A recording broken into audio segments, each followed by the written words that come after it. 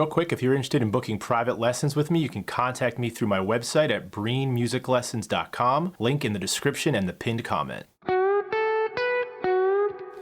So I'm starting with a bend on the 11th fret of the G string. I'm not letting that note fall back down. I'm leaving the note and going to 10th fret on the B string, followed by 12th fret on the B string. And then I return to that original bend.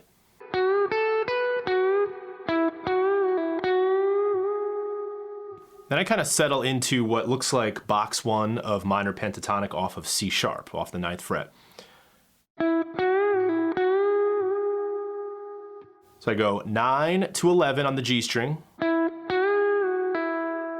And then that bend on the 11th fret is going up and down. You hear both pitches rising and falling to a pull-off on the 9th fret. And then I return to the bend on the same note one last time. I push that bend twice, and I leave it kind of hanging, and it fades out on the whole step bend that's happening. And you do a little bit of a bending vibrato as well.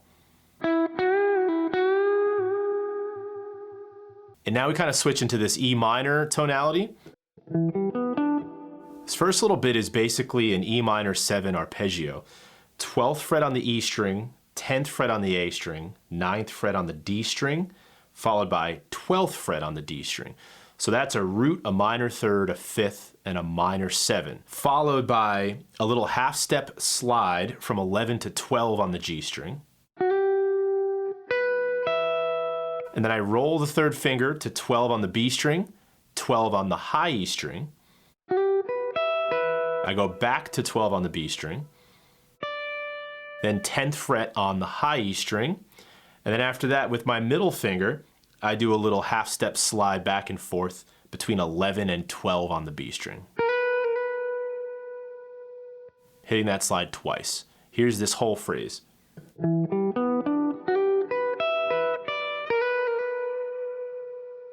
The half step slides really give it that jazzy kind of feel.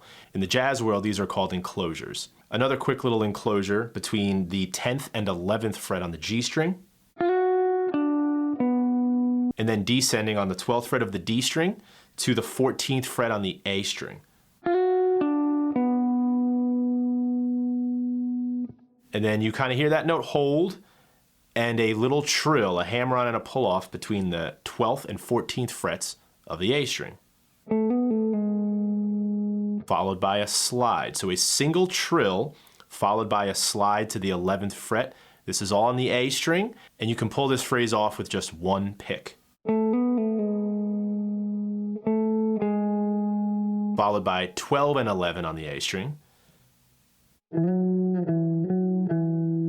And finally 12, probably sliding to 14 on the E string. Back to 12, 14, 12. So here is this phrase one more time.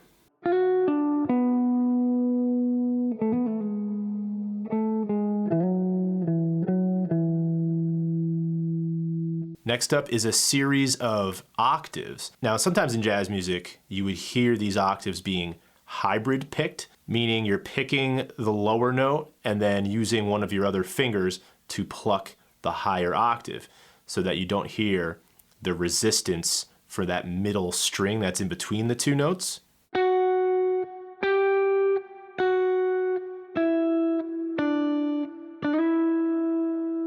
But on the recording, it does sound like there's a percussive element there. So I suspect he is picking through the in-between string, and it's acting as a dead note, which once again will give you that percussive sound.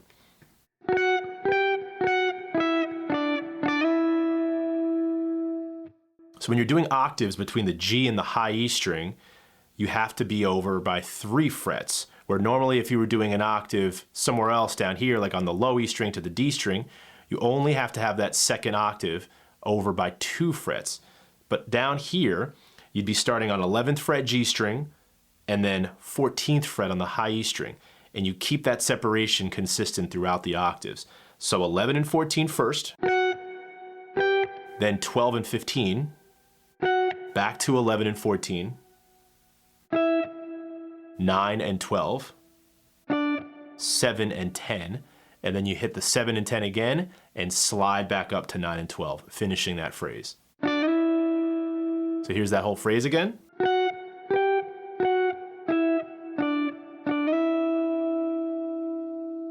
Here's the next phrase.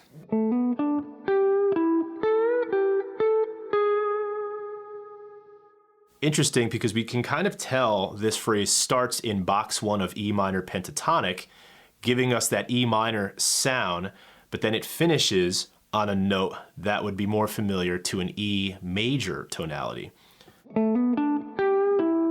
So 12 to 14 on the A string, probably a hammer-on, to 12 on the D string, and you could do a little roll if you'd like, but the part is slow enough that if you needed to just pick up your first finger, you could do that too.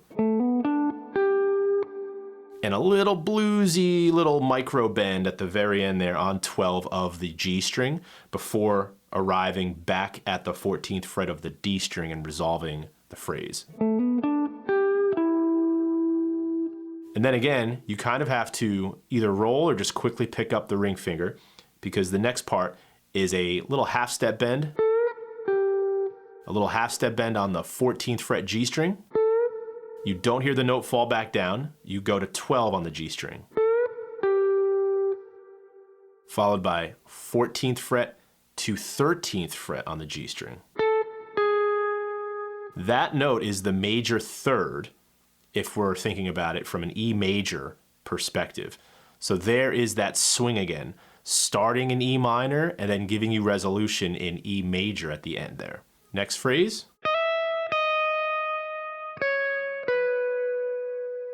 Again, more of an E major sound.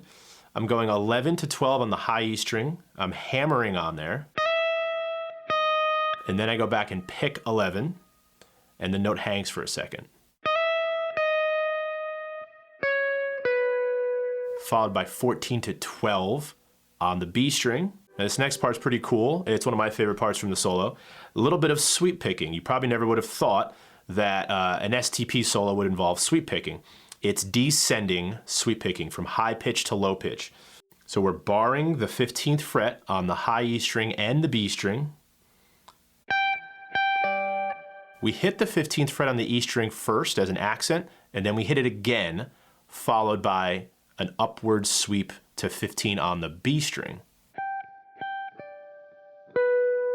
Then the middle finger comes in and hits the 16th fret on the G string,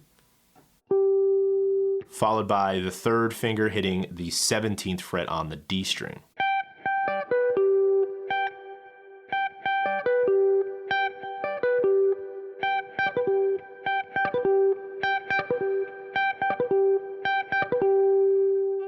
And then right at the end, when you think the sweep is over, they finish the phrase with a half step slide on that ring finger, going from 17 to 16 on the D string.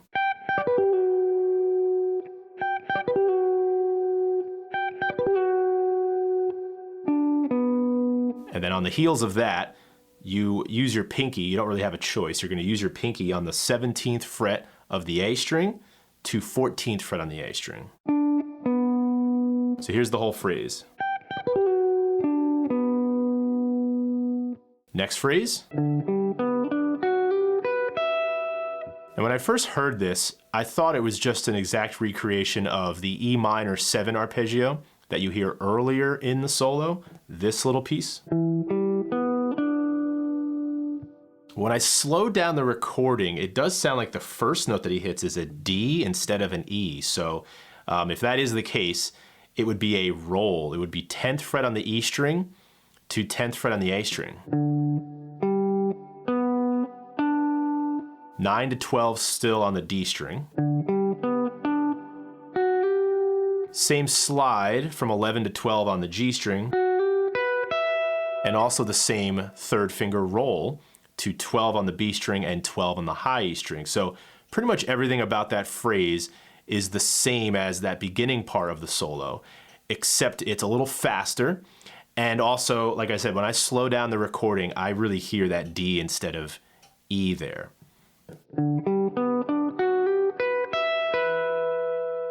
Now, you could choose a few different ways to play this next part. I chose to use some finger switching.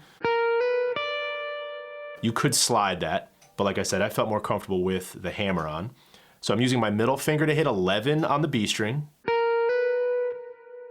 followed by a hammer-on to the 12th fret on the B string, hitting 10 on the high E string, and on the way back down, we switch notes. We hit 12 to 10 on the B string, 12 on the G string, 10 on the B string, 12 on the G string.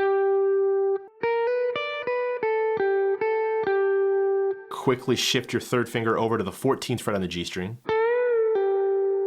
to give it a little half step, like a bluesy kind of bend up and down, followed by a pull off to the 12th fret. All in the same string with one pick.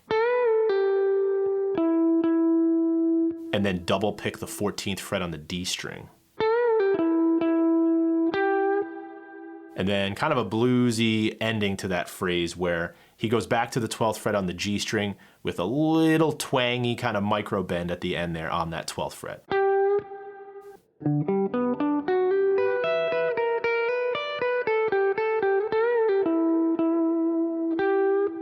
Last part is the fastest part. Here we go. A lot of classic pentatonic licks thrown in here.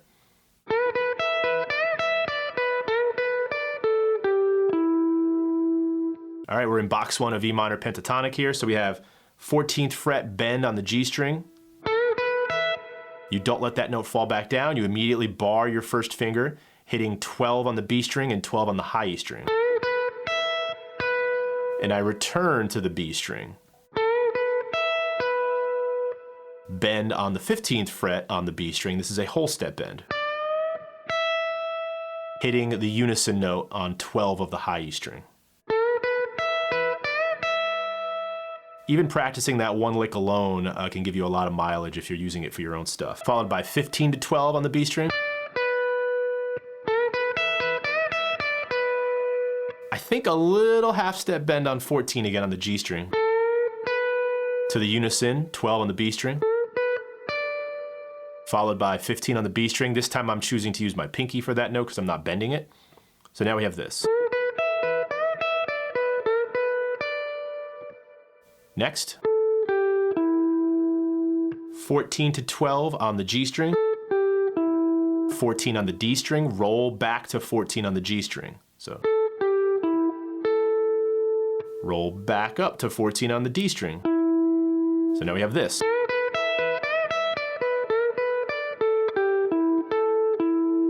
Next part, 12 to 13 as a hammer-on the G string. I do 14 on the D string next, followed by the blues note, 13th fret on the A string, quickly sliding to 14 on the A string. So now this long pattern sounds like this so far.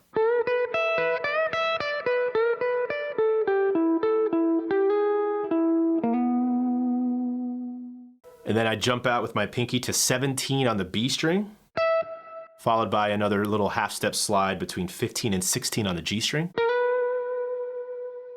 Followed by kind of a familiar phrase from earlier in the solo, that half step slide from 10 to 11 on the G string, 12 on the D string, and finally 14 on the A string.